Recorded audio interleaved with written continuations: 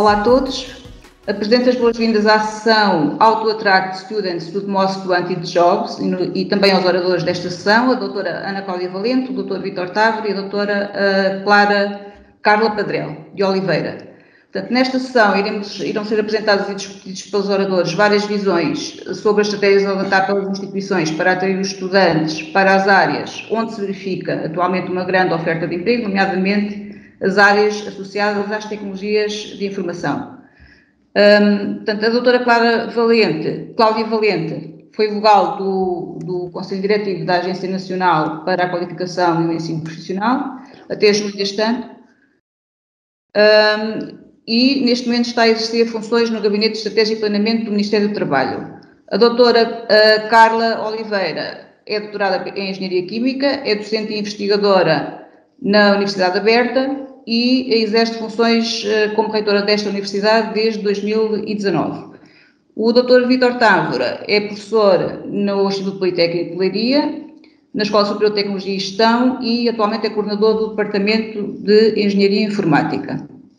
Portanto, temos um painel com oradores provenientes de várias instituições que certamente terão diferentes visões para a forma como poderemos atrair os estudantes para as áreas tecnológicas e, neste sentido, eu lançava a primeira pergunta para o painel, que seria qual a estratégia adotada pela instituição para atrair e preparar os estudantes nas áreas mais procuradas pelo mercado de trabalho, nomeadamente na área das tecnologias de informação. Portanto, talvez iniciasse, sugeria pela doutora Ana Cláudia. Obrigada a todos. É um gosto estar aqui, agradeço também o convite que me foi dirigido. Eu, sobre essa primeira questão, gostava de falar precisamente daquilo que tem sido a atribuição da ANCAP, a Agência Nacional para a Qualificação e Ensino Superior, no âmbito do nosso país e da aposta na qualificação da população adulta no nosso país. Portanto, eu acho que a grande aposta tem sido claramente a da aprendizagem ao longo da vida e tornar essa aprendizagem ao longo da vida de facto acessível para todas as pessoas e em qualquer idade, em qualquer circunstância ou até com qualquer nível de escolaridade. Portanto, particularmente para os de mais baixa qualificação. Portugal continua a ter um problema muito sério do ponto de vista de qualificações. Nós temos um déficit que é provavelmente mais difícil de corrigir e de ultrapassar do que o nosso déficit orçamental, que é o déficit das qualificações. É muito estruturante, limita bastante o próprio desenvolvimento da economia portuguesa, os níveis de produtividade no trabalho, a competitividade das empresas, etc. A melhoria, por exemplo, do emprego e dos salários, e faz com que nós, quando nos comparamos com os nossos outros países, os nossos pares na União Europeia, continuamos a ter uma percentagem de população adulta com uma escolaridade inferior ao secundário muito, muito elevada. Portanto, cerca ainda de 50% está neste nível de qualificação. Portanto, é muito limitado, sobretudo se tivermos em conta as grandes tendências de evolução daquilo que são hoje as tecnologias e as necessidades de novas competências que nós precisamos de ter também para dar resposta a esta evolução. Eu gostaria apenas de destacar alguns números importantes. Portanto, Portugal tem hoje, e a agência é responsável por essa implementação, o Programa Qualifica. O Programa Qualifica conseguiu, desde 2017, desde o seu início até à data, mobilizar mais de 680 mil pessoas adultas, quase todas elas, portanto, de baixa escolaridade, portanto, com uma escolaridade inferior ao secundário. São cerca de 60% dos inscritos que nós temos nos centros Qualifica. O que é que as pessoas procuram? Isto é um sinal importante, tem vindo a crescer, mas obriga a estarmos também sempre muito atentos e a investir nesta mobilização da população adulta. O que é que as pessoas procuram quando se dirigem a estes centros Qualifica? Procuram, sobretudo, melhorar a sua escolaridade ou a sua qualificação profissional. Podem fazê-lo por duas vias, portanto, pela via da formação, portanto, há percursos de formação muito alinhados com aquilo que são os constrangimentos típicos dos adultos, portanto, não são tipicamente a educação e a formação que se dá aos jovens, ou podem fazê-lo através do reconhecimento da sua experiência de vida e da sua experiência profissional. E, portanto, ao demonstrarem as competências que foram adquirindo, podem também certificar essas competências. E, portanto, esta dimensão é aqui uma dimensão importante. O país, no fundo, precisa, até mais do que os nossos pares a nível europeu, de ter esta estratégia de aprendizagem ao longo da vida permanentemente disponível para que todos os adultos, independentemente da idade ou da sua escolaridade, possam fazer a formação que precisam e efetivamente melhorar os seus níveis de certificação. Obrigada. Passava então a palavra à doutora Cláudia Oliveira. Olá a todos e começo por agradecer o convite para participar não só neste evento, mas nesta sessão em particular sobre uma temática que de facto a Universidade Aberta tem vindo desde sempre a trabalhar. A Universidade Aberta é uma universidade pública de ensino à distância que tem como missão capacitar e formar e promover o acesso também ao saber através de uma oferta pedagógica essencialmente flexível e em regime aberto e destina-se ou tendencialmente apoia populações adultas num processo de qualificação e capacitação de competências. E isso prende-se essencialmente com aquilo que estamos aqui também a falar. Isto significa que desde sempre a Universidade Aberta tem como preocupação e como objetivo a aquisição contínua de conhecimentos, de competências, enquanto elemento dinamizador também do crescimento económico. E como já foi referido na intervenção anterior, havendo um déficit de qualificações, nós, estando essencialmente vocacionados para populações adultas, tentamos também, através das formações formais, ou seja, com docentes a grau, mas essencialmente através de formações curtas, flexíveis, creditáveis e acumuláveis, digamos assim, sempre conduzindo à aquisição de competências e avaliadas, trabalhamos já com a Agência Nacional de Qualificação também, numa perspectiva de permitir que os estudantes, as pessoas tenham um percurso de formação muito virado também para o mercado de trabalho, ou seja, podem fazer a sua qualificação até à entrada ao ensino superior e depois também com a Universidade Aberta podem continuar o seu percurso de formação, não necessariamente formal, pode ser um percurso não formal, ou seja, mais uma vez, cursos curtos. E cada vez mais, e o modelo não só de desenvolvimento, não só em Portugal, mas também na Europa, há uma grande tendência e as universidades e a sociedade civil também são convocadas para ter um papel cada vez mais ativo na formação de cidadãos e muito alinhado para responder às especificidades do mercado de trabalho. E neste momento, uma das questões que se coloca é precisamente a área das tecnologias, as tecnologias da informação e da capacitação, não só na formação de engenheiros ou de pessoas altamente qualificadas, mas toda uma capacitação para trabalhar também com as novas tecnologias. E desde sempre esse é um percurso que a Universidade Aberta privilegia, procura e promove sempre numa perspectiva de qualificação para o mercado de trabalho. Obrigada. Passava então aqui a palavra ao Vítor Távora para apresentar então a visão acerca desta temática. Bem, nós no Politécnico de Leiria, mais concretamente na divulgação, sempre que fazemos sessões de divulgação dos nossos cursos, sobretudo na área das tecnologias da informação, que como aqui foi referido, tem um grande déficit de profissionais, portanto, quando fazemos a divulgação, para atrair, no fundo, jovens e menos jovens, também adultos, para estas formações, tentamos sempre pôr o foco que é importante não só a vocação da pessoa, mas também pensar um bocado sobretudo para os mais jovens, na empregabilidade proporcionada pelas formações. E aqui, claramente, associamos as tecnologias da informação à empregabilidade. Temos estudos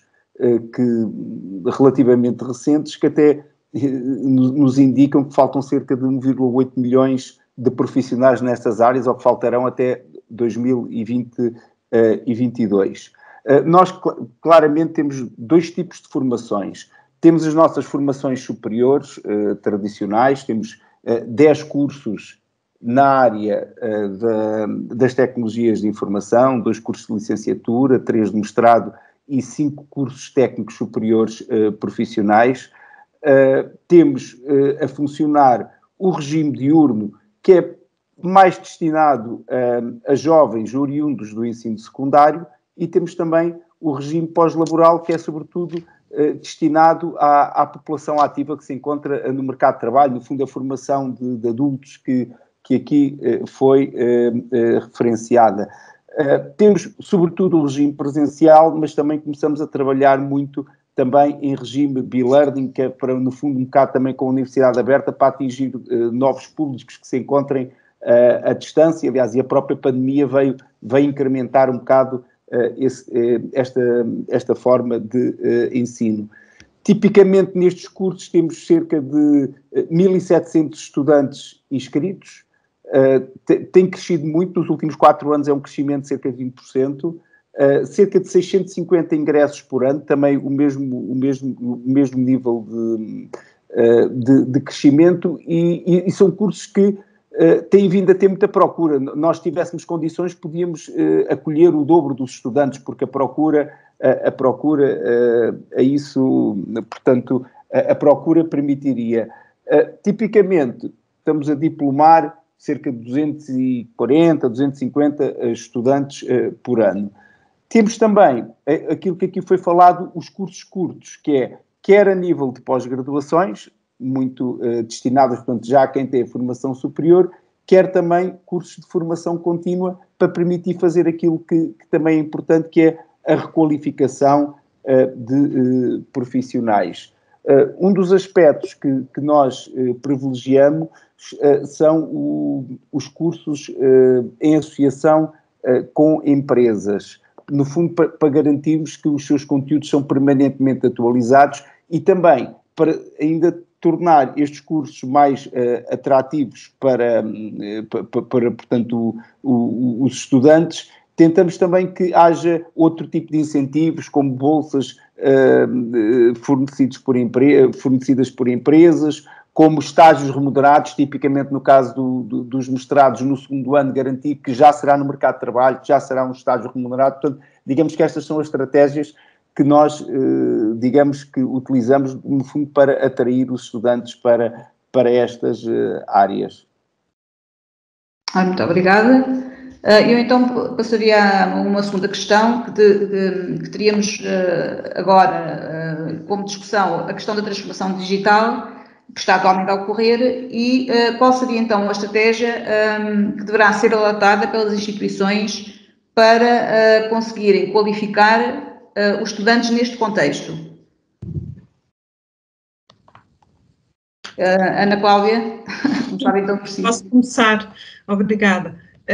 Eu gostaria de destacar 2 iniciativas bastante recentes, portanto, uma foi lançada este verão e o outro o ano passado, que já estão completamente em implementação. São 2 iniciativas de formação, com um objetivo muito claro, que é o de preparar a nossa população na literacia digital. Portanto, nós ainda continuamos a ter, de facto, um nível de competência digital da população em geral, portanto, de uma forma transversal relativamente baixo, e sabemos que isso limita, inclusivamente, até o exercício da cidadania, a utilização do digital para funções muito cotidianas e que são cada vez mais para serviços ou para atividades que são cada vez mais feitas com recurso ao digital, e ao mesmo tempo um outro programa de formação que responde para um nível não superior, que é interessante. Portanto, os dois exemplos que foram aqui dados pela Universidade Aberta e pelo Politécnico de Leiria foi precisamente ao nível do ensino superior. Aquilo que se está a fazer e ao nível de formação secundária e pós-secundária não superior, permitir também que hajam programas de formação muito curtos, muito flexíveis, com unidades de formação de curta duração, que podem ser preparados, organizados ao ritmo de cada pessoa ou de cada grupo de formandos, e que respondem a necessidades de competências técnicas mais especializadas. Na área do digital, por exemplo, nós neste momento temos 15 programas de formação em áreas ou em competências que são hoje muito procuradas pelas empresas, quer para poderem formar os seus trabalhadores, quer inclusivamente para poderem recrutar jovens que alguns já têm que ter competências específicas. Estamos a falar, por exemplo, de várias linguagens de programação, da gestão de redes sociais, do comércio eletrónico, do marketing digital, portanto, da comunicação por estas vias. Portanto, há um conjunto, eles estão todos disponíveis online. Os operadores de educação e formação que não são universidades e politécnicos já utilizam esta oferta nova e, portanto, disponibilizam estes cursos. O IFP, por exemplo, é um dos grandes operadores que está já a fazer esta formação. Uma das características desta formação é que ela está mais dirigida a jovens adultos, mais qualificados, mas que efetivamente precisam de ter competências na área digital porque os seus empregos assim o exigem, ou porque precisam de fazer uma integração no mercado de trabalho e que está a ser difícil em função das suas formações de base. Portanto, precisam de certa forma de se requalificarem para áreas em que a empregabilidade é bastante mais elevada. E, portanto, é uma formação que tem tido realmente também muita procura e tem sido bastante útil, digamos, para aquilo que é hoje a procura das empresas e até a disponibilidade dos nossos jovens licenciados ou já com formações pós-secundárias. Há uma outra dimensão. Portanto, este é um programa que se chama Jovem Mais Digital, foi lançado o ano passado. Há um novo programa também, já em curso, lançado este ano, que se chama o Programa Certificado de Competência Digital. O que vai fazer, ou o que pretende fazer, é chegar a todos aqueles, independentemente na fase adulta, naturalmente, não só aos jovens, mas a todos os adultos, independentemente de terem ou não terem alguma certificação na área digital, mas permitir que melhorem os seus níveis de proficiência digital. Portanto, são propostos 3 percursos, portanto, nível básico, intermédio e avançado. Estes 3 níveis de proficiência digital estão completamente alinhados com o quadro europeu, com o quadro português da competência digital, mas também com o quadro europeu. Portanto, o quadro português alinhou-se com o quadro europeu da competência digital e o que permite é, no fundo, garantir níveis de literacia que são fundamentais no uso destas tecnologias a todos, ou, inclusivamente, alguma progressão para níveis já mais intermédios ou avançados. As pessoas podem fazer isto de 2 formas. Mais uma vez, podem fazer formação, portanto, cada percurso anda entre as 100 horas e as 200 horas de formação, mas também podem fazer o reconhecimento de competências que já tenham. Portanto, em alguns casos há pessoas que já têm um nível mais avançado de competência digital e, portanto, há a possibilidade de fazer essa demonstração e haver, digamos, uma equipa, um conjunto de professores e de formadores que vão certificar esse nível de competência. Portanto, é possível fazer por estas 2 vias ou fazer a combinação das 2 vias. Portanto, eu diria que continuarmos a trabalhar também nestas 2 dimensões, quer da inclusão e literacia digital, quer na preparação mais atempada, eficaz, de competências técnicas mais especializadas, são as duas importantes para aquilo que pretendemos preparar do ponto de vista de resposta à transição digital. Muito obrigada, Ana Cláudia. Passava então a palavra à Carla Oliveira. No caso da Universidade Aberta, mais uma vez, sendo um público essencialmente adulto, nós apostamos quer nas pós-graduações, ao nível desta qualificação para a transição digital nas pós-graduações, ou seja, para pessoas que já têm uma qualificação superior, e há vários percursos na área de pós-graduação, mas aqui eu gostaria de destacar também os cursos no contexto da aprendizagem ao longo da vida, que me parecem muito adequados para aquilo que estamos aqui também a falar, e que são cursos que, mais uma vez, são apoiados na aquisição de competências, cursos muito flexíveis, porque são para pessoas em contexto de trabalho, em mercado de trabalho, que já têm a sua vida, portanto, há aqui uma flexibilização de um percurso de formação, cursos curtos que permitem qualificação e que depois, então, podem conduzir a um outro tipo de diploma, digamos assim.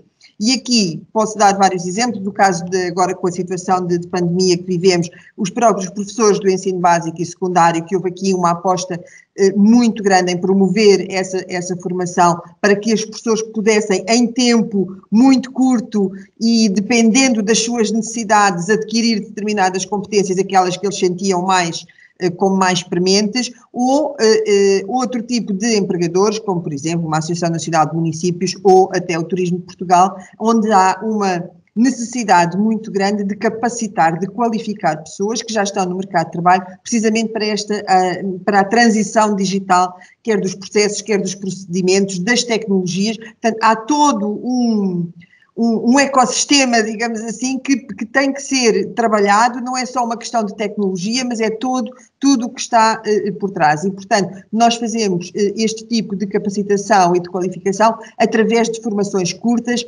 muito flexíveis e sempre muito viradas para a aquisição de competências. Muito obrigada. Vítor, qual a visão então?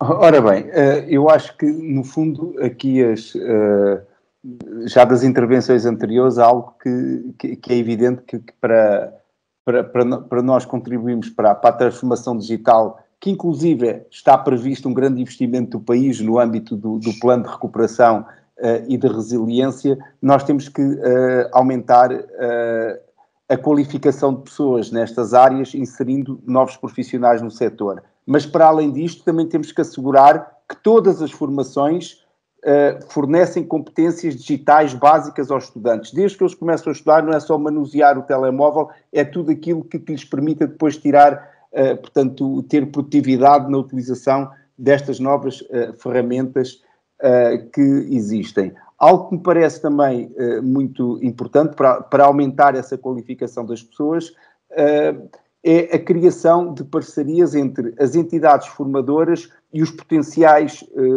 empregadores que irão acolher esses formandos. Portanto, no fundo, é um investimento das próprias entidades, das empresas, da própria administração pública, que vai acolher esses estudantes, auxiliando na formação, e entidades como o IFP, como aqui foi referido.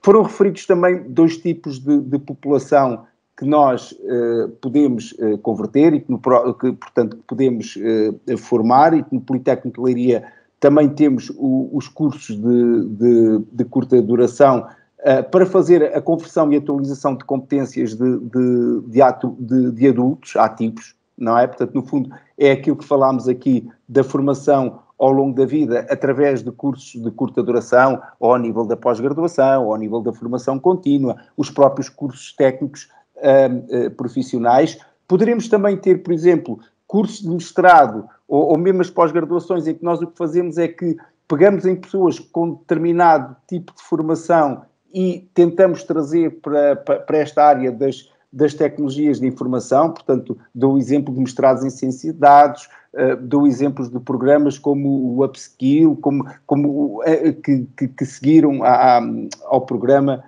da vida ativa. Depois, algo que também me parece muito relevante, para além da população ativa, também temos que aumentar a quantidade de jovens com competências nas áreas das tecnologias de informação, como aqui foi referido, e isto parece-me que tem que ser feito por duas vias. A via número um é um caminho que o país tem feito, é trazer cada vez mais jovens para virem fazer estas formações, sobretudo um público que está muito identificado como não optando muito por estas áreas, que é o público feminino. Portanto, é algo que vários estudos, aliás, nós no dia-a-dia vemos isto, mas também vários estudos confirmam esta tendência. Depois, algo que também me parece muito relevante temos que criar condições para aumentar a eficiência formativa destes jovens. Nós, sobretudo, em muitos cursos, sobretudo no ensino superior, existem razões várias para a eficiência formativa não ser desejada. Isto tem a ver quer com causas das metodologias que muitas vezes são utilizadas, mas também tem muitas vezes a ver com a preparação que as pessoas têm para iniciar, para fazerem estes cursos. Portanto, algo que também o PRR acho que está a pensar implementar portanto, a literacia digital quase desde o ensino inicial, portanto, desde a formação inicial dos jovens, que lhe permitirá chegar com muito melhor formação a outro tipo de instituições, nomeadamente às instituições do ensino superior, para terem sucesso ao fazer estes cursos, porque estes cursos, obviamente, são cursos muito bem remunerados, mas também requerem muitas qualificações e muitas competências que também não são fáceis de adquirir. E já agora, havendo aqui algum tempo, também algo que me parece importante à medida que vamos dando formações superiores, também podemos, sempre que for possível, associar eu falei nisso no início, a entidades de referência nas áreas da tecnologia de informação, nem que seja também para lhes fornecer, digamos que, formações certificadas, isto é, são formações certificadas não só pelo sistema de ensino, mas também pelo próprio mercado, que lhes permite, isto aqui é muito anglo-saxónico, mas que lhes permite também, no mercado de trabalho, demonstrar, portanto, que têm qualificações certificadas, portanto, pelas grandes empresas do setor, portanto, neste caso aqui em concreto, das tecnologias de informação. Agradeço as visões extremamente interessantes, não é? De cada um de vocês em particular e das instituições. Penso que serão uma mais-valia para tentarmos atingir o objetivo da qualificação e da atração de estudantes para as áreas da tecnologia, nomeadamente. Muito obrigada. Obrigada. Obrigada.